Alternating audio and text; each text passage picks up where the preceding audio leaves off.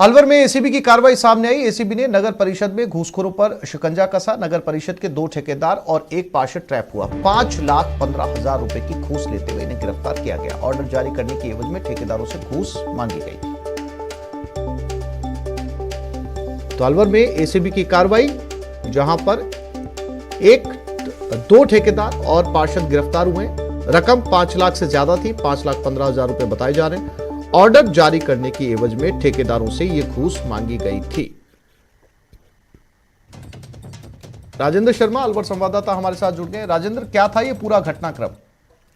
जी, ये जो पूरा मामला है अलवर नगर परिषद से जुड़ा हुआ है, जहां पर एक पार्षद और 2 ठेकेदार के लोग हैं, उनको एसीबी की जयपुर की टीम थी, उसके द्वारा पकड़ा गया है। 5 लाख से अधिक की राशि बताई जा रही है। अभी तक एसीबी के जो अधिकारी हैं वो पूरी घटना की ट्रैप की कार्रवाई और कागजों की जांच के बाद पूरी डिटेल ब्रीफ करने की बात कर रहे हैं। लेकिन जितनी जो बात सामने आई है वो ये है कि अलवर में पूर्व में भी नगर परिषद सभापति को रिश्वत लेते हुए ट्रैप किया गया था और अब एक बार फिर नगर परिषद में एक पार्षद है और 2 ठेकेदारों को ट्रैप किया गया है। तो कहीं ना कहीं ये कह सकता है कि अलवर की जो नगर परिषद है वो भ्रष्टाचार का बड़ा अड्डा बन चुकी है, जहां पर 5 लाख से अधिक की रिश्वत की राशि के साथ एसीबी की जो ट्रैप की कार्रवाई की गई है वो कहीं ना कहीं जो दलाली का खेल चल रहा है अलवर नगर परिषद में उसको साफ उजागर करता है। अभी कुछ देर बाद जब नगर परिषद में जो कार्रवाई पूरी हो जाएगी उसके बाद एसीबी के अधिकारी, जयपुर की टीम है, ये जो बजरंग सिंह एएसपी हैं, उनके नेतृत्व में कार्रवाई चल रही है। उन्होंने कहा है कि कुछ देर बाद में जब कार्रवाई पूरी हो जाएगी उसके बाद वो मीडिया को ब्रीफ करेंगे। जी राजेंद्र, जानकारी के लिए आपका धन्यवाद।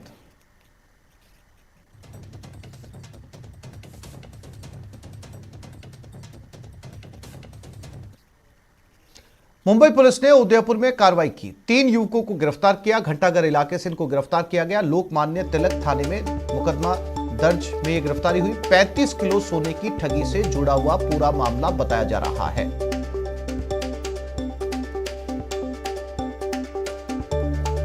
तो उदयपुर में मुंबई पुलिस ने यह कार्रवाई की है और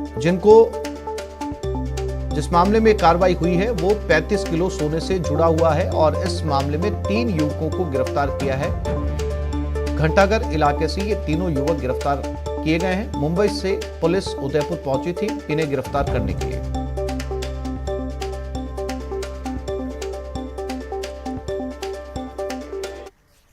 और झालावाड़ में किडनैप युवक को पुलिस ने मुक्त करवाया। अपहरणकर्ताओं के चंगुल से आजाद करवाया। सरवर गांव के पास नदी किनारे इसे मुक्त करवाया गया। पुलिस के डर से अपहरणकर्ता युवक को छोड़कर भाग गए। परिजनों से 8 लाख रुपए मांगे थे। अपहरणकर्ताओं ने युवक के हाथ पैर भी तोड़ दिए। उन्हेल थाना क्षेत्र का यह पूरा मामला बताया जा रहा है।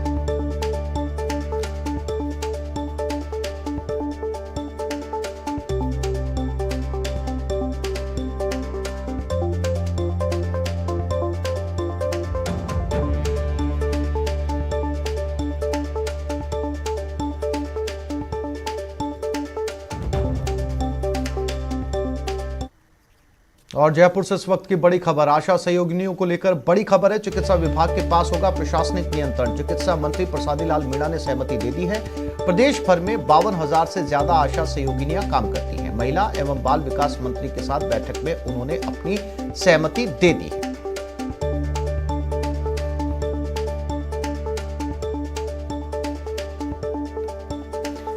तो आशा सहयोगिनियों को लेकर यह बड़ी खबर है। चिकित्सा विभाग के पास उनका प्रशासनिक नियंत्रण होगा और चिकित्सा मंत्री प्रसादी लाल मीणा ने इसके लिए अपनी सहमति प्रदान कर दी है। आपको बता दें 52,000 से ज्यादा प्रदेश भर में आशा सहयोगिनियां काम करती हैं।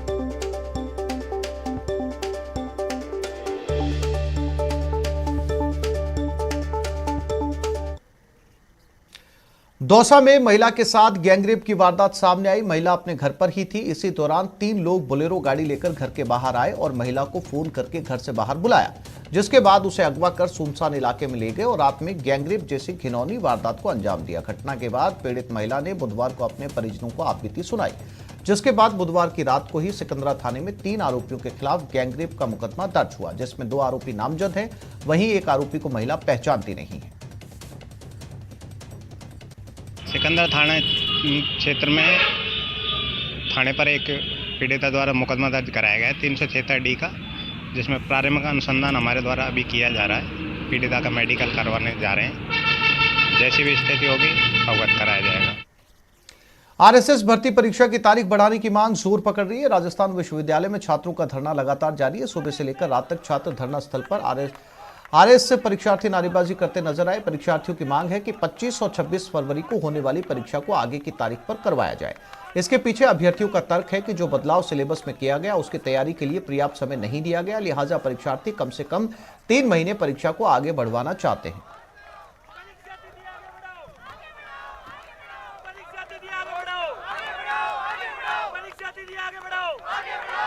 सर, हम लोग सीएमओ जा चुके हैं, हम लोग सीएमआर जा चुके हैं, हम लोग चीफ सेक्रेटरी मैम से मिल चुके हैं। कल हमारी मुलाकात राजीव अरोड़ा सर से हुई थी और उन्हें हमें आश्वासन दिया है कि वो हमारा काम कराएंगे और वो आरपीएससी से के चेयरमैन जो नवनियुक्त चेयरमैन है उनसे उन्होंने बात की और हमें पूरी आशा है कि गवर्नमेंट हमारी बात सुनेगी। जब तक हमारी गवर्नमेंट बात नहीं सुनती, जब तक प्रेस नोट हमें नहीं मिलता है, तब तक हम लोग यहाँ से नहीं जाएंगे। और अभी हमारा प्लान ये कि हम निरंजन आर्य सर के पास जा रहे हैं हमारी मांगे रखने और उनके सामने हमारी मांगे रखी जाएंगी। फिर हम लोग वापस आएंगे और जब तक निष्कर्ष नहीं निकलता है हम लोग यहाँ से नहीं जाएंगे। हमारी बस एक ही मांग है कि सिलेबस को देखते हुए एग्जाम पोस्टपोन किया जाए ताकि स्टूडेंट्स को तैयारी के लिए अच्छा समय मिले। और जनरली ये है कि बार बार आरपीएससी का एक ही बयान आता है कि हम यूपीएससी पैटर्न फॉलो करके हम लोग कैलेंडर निकाल रहे हैं। तो अगर आप अपने कैलेंडर को फॉलो करना चाहते हैं तो at the very initial stage ही आपको इतना प्रोटेस्ट मिल रहा है, तो पूरे साल ही आपको प्रोटेस्ट मिलेगा, तो लॉ एंड ऑर्डर तो डिस्टर्ब ही रहेगा। स्टूडेंट्स पढ़ाई पे फोकस कैसे करेंगे? जयपुर में वकीलों का प्रदर्शन खत्म। समझाइश के बाद जाम को हटाया गया। 40 मिनट बाद सड़क से हटे वकील सेशन कोर्ट के बाहर जाम लगा दिया था। वकीलों से मारपीट पर विरोध जताया गया। आमेर, मुरलीपुरा और सदर थाना क्षेत्र में वकीलों से मारपीट को लेकर ये हंगामा हुआ। आरोपियों की जल्द गिरफ्तारी की मांग को लेकर ये जाम लगाया गया। पुलिस अधिकारियों के आश्वासन के बाद जाम को हटा दिया गया है।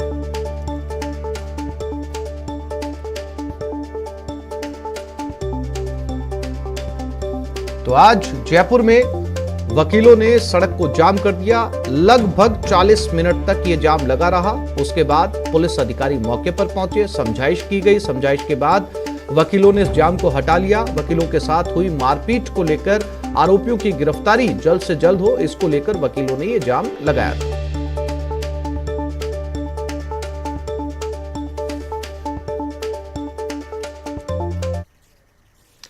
लावण्या आत्महत्या मामले को लेकर जोधपुर में एबीवीपी ने कार्यकर्ताओं में रोष है। इस दौरान एबीवीपी के नेताओं ने लावण्या को न्याय दिलाने और गैर कानूनी तौर पर गिरफ्तार हुए कार्यकर्ताओं की रिहाई तक संघर्ष जारी रखने की बात कही है। मामले में सीबीआई जांच में सहयोग नहीं किए जाने पर तमिलनाडु सरकार के विरोध में आंदोलन की चेतावनी दी है।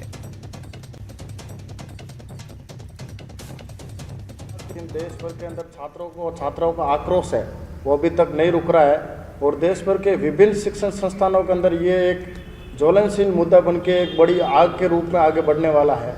और ये अगर मैं विशेष रूप से आज प्रेस वार्ता के तौर पे हम विद्यार्थी परिषद के कार्यकर्ता आज इस विषय को प्रत्येक प्रदेश की आम जनता और समाज के बीच में ऐसा मुद्दा रख रहे हैं जो देश भर के लिए एक बड़ा विषय है। देखने सुनने में आया है कि भारत के अंदर तमिलनाडु जिले के तंजावुर जिले के अंदर लावण्या 17 वर्षीय छात्रा थी। वो एक sacred heart girls higher secondary school के अंदर 12th क्लास की छात्रा थी। उसके साथ मिशनरी स्कूलों जो मिशनरी स्कूल थी उनके कर्मचारियों ने, जो नन्हे होती है, उन्होंने धर्म परिवर्तन को लेकर मत परिवर्तन के लिए उनको परेशान किया गया उस छात्रा को, इसलिए उसने सुसाइड कर लिया कीटनाशक पी के। सीबीआई जांच को तमिलनाडु सरकार सीबीआई जांच के अंदर सहयोग नहीं कर रही है। इसके खिलाफ तमिलनाडु सरकार के खिलाफ पूरे देश भर के जितने भी विश्वविद्यालय और जिला कलेक्टर, जिला परिषद, वहां विद्यार्थी परिषद प्रदर्शन करेगी। धौलपुर जिले में बीते दिनों विधायक शोभा रानी कुशवाहा को अपशब्द कहने के मामले में बुधवार को पुलिस ने 3 आरोपियों को गिरफ्तार कर लिया। आरोपियों की गिरफ्तारी से नाराज रायजीत का नगला निवासी भरत ठाकुर ने देर रात को फेसबुक पर लाइव होकर धौलपुर विधायक को अपशब्द कहते हुए जान से मारने की धमकी भी दी है। वहीं दूसरी ओर आरोपी ने विधायक को उसके पीछे तीनों प्रांत की पुलिस लगाने की चेतावनी देते हुए पकड़ने की भी चुनौती दी। सामाजिक सौहार्द खराब करने वाले ऐसे लोगों के विरुद्ध धौलपुर पुलिस सख्ती से कार्रवाई करेगी और सभी लोगों से मेरा अपील है कि ऐसे लोगों को प्रोत्साहित नहीं करें और ऐसे लोग कोई ध्यान में आते हैं धौलपुर पुलिस को किसी भी अधिकारी या मुझे व्यक्तिगत बताएं, हम सख्ती से ऐसे लोगों के खिलाफ कार्रवाई करेंगे। कोटा संभाग के सबसे बड़े एमबीएस अस्पताल में एक फर्जी डॉक्टर को पकड़ा गया। फर्जी डॉक्टर यूपी के जौनपुर निवासी आशीष यादव कोटा में किराए का कमरा लेकर रहता था और एमबीएस अस्पताल में बिना मास्क पहनने पर 500 रुपए के जुर्माना वसूलने की कोशिश कर रहा था। फर्जी डॉक्टर अस्पताल में कोट पैंट पहनकर गले में स्टेथोस्कोप डालकर पहुंचा था और वार्ड में जाकर कर्मचारियों को फटकार लगा रहा था। शक होने पर सुरक्षा कर्मियों ने उनको पकड़कर अस्पताल की पुलिस चौकी के सुपुर्द कर दिया है।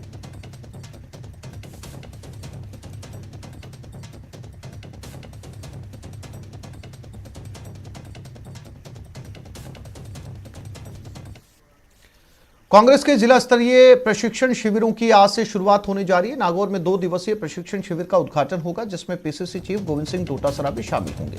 20 और 21 फरवरी को बीकानेर में जिला स्तरीय शिविर होगा। इसके बाद भी अन्य जिलों में शिविरों का सिलसिला जारी रहेगा। वहीं 19 फरवरी को जयपुर के बिरला ऑडिटोरियम में कांग्रेस का अधिवेशन होगा। इसमें प्रभारी अजय माकन के आने का भी कार्यक्रम है। डोटासरा ने कहा कि हम कांग्रेस की विचारधारा को कैसे आगे बढ़ाएं, इस पर अधिवेशन में चर्चा होगी। सरकार की फ्लैगशिप योजनाओं का लाभ आम लोगों को मिल सके, इसकी कवायद में कांग्रेस जुटी है। साथ ही कांग्रेस दफ्तर के नए भवन की नींव भी आज डोटासरा रखेंगे। बीकानेर के अंदर हमने रखा है, फिर मार्च के फर्स्ट वीक में भी हमने राजसमंद और दूसरे जिलों का रखा है। बीच में कोविड के कारण से हम लोग रुक गए थे। 19 तारीख को हमारे यहाँ एक दिन का जो अधिवेशन भी कांग्रेस का एआईसीसी पीसीसी मेंबर वगैरह का सबका हो रहा है। अजय माकन जी के भी आने का कार्यक्रम है। मैं समझता हूँ हम सब लोग कांग्रेस की उस विचारधारा को आगे बढ़ाएं। हम सब मिलकर के जिस जनता ने आशीर्वाद देकर के राजस्थान में कांग्रेस की सरकार बनाई है, उस सरकार जो कल्याणकारी योजनाएं, फ्लैगशिप योजनाएं जो दे रही है, उसका लाभ आम लोगों को मिले, सब लोगों को नीचे तबके तक उनका लाभ मिले। इसके अंदर कांग्रेस की रीतियों नीतियों के बारे में, आज़ादी के आंदोलन के बारे में, आज़ादी के आंदोलन में कांग्रेस का योगदान, उसके बाद आज़ादी के बाद कांग्रेस के द्वारा आम लोगों का समर्थन लेकर के देश के नवनिर्माण में जो कांग्रेस का योगदान है, उसके ऊपर विस्तृत रूप से चर्चा की जाएगी। कोलकाता 2020 मैच के साथ राजस्थान के रवि बिश्नोई ने इंटरनेशनल क्रिकेट में धमाकेदार आगाज किया। पहले ही मैच में रवि ने एक ही ओवर में 2 विकेट झटक दिए। अपने शानदार प्रदर्शन के लिए रवि बिश्नोई को मैन ऑफ द मैच भी चुना गया। रवि बिश्नोई ने पहले इंटरनेशनल मैच खेला है, तो रवि के घर पर खुशी का माहौल है। रवि की कामयाबी पर पूरा परिवार काफी खुश नजर आ रहा है।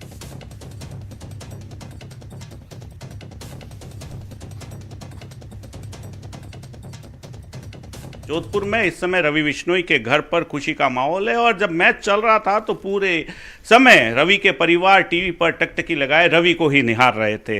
रवि की एक एक बात उनको याद आ रही थी। इस समय मैं हूं जोधपुर में रवि बिश्नोई के आवास पर और जानते हैं उनके पिताजी मांगीलाल से किस तरीके से इस पूरे माहौल में, जश्न के माहौल में क्या सोचते हैं, क्या मन में पहली बात आ रही है।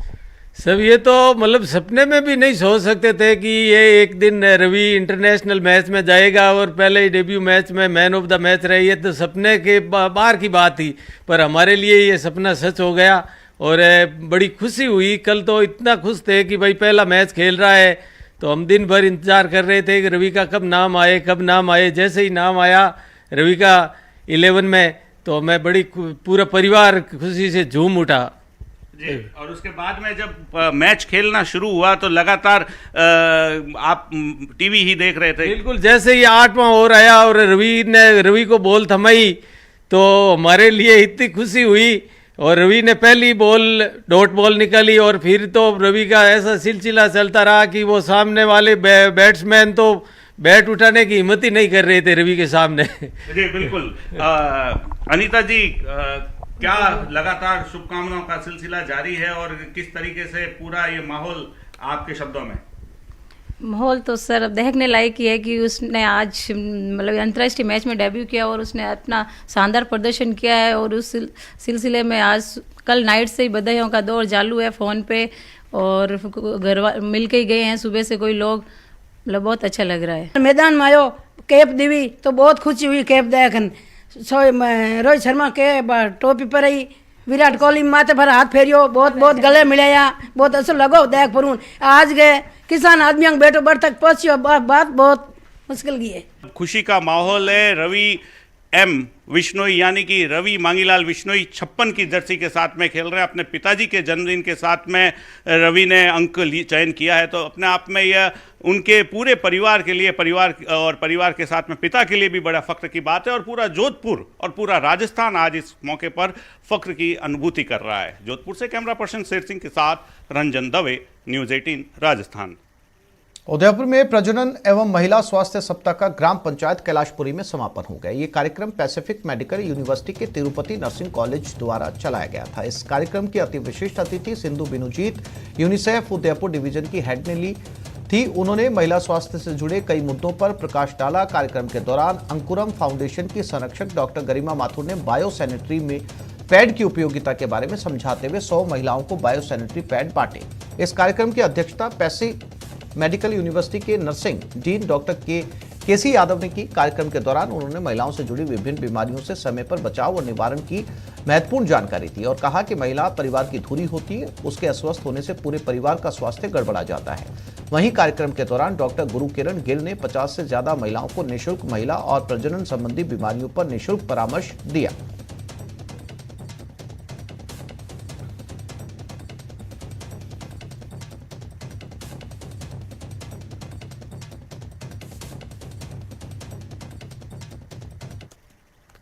तो इस बुलेटिन में फिलहाल इतना ही। नमस्कार।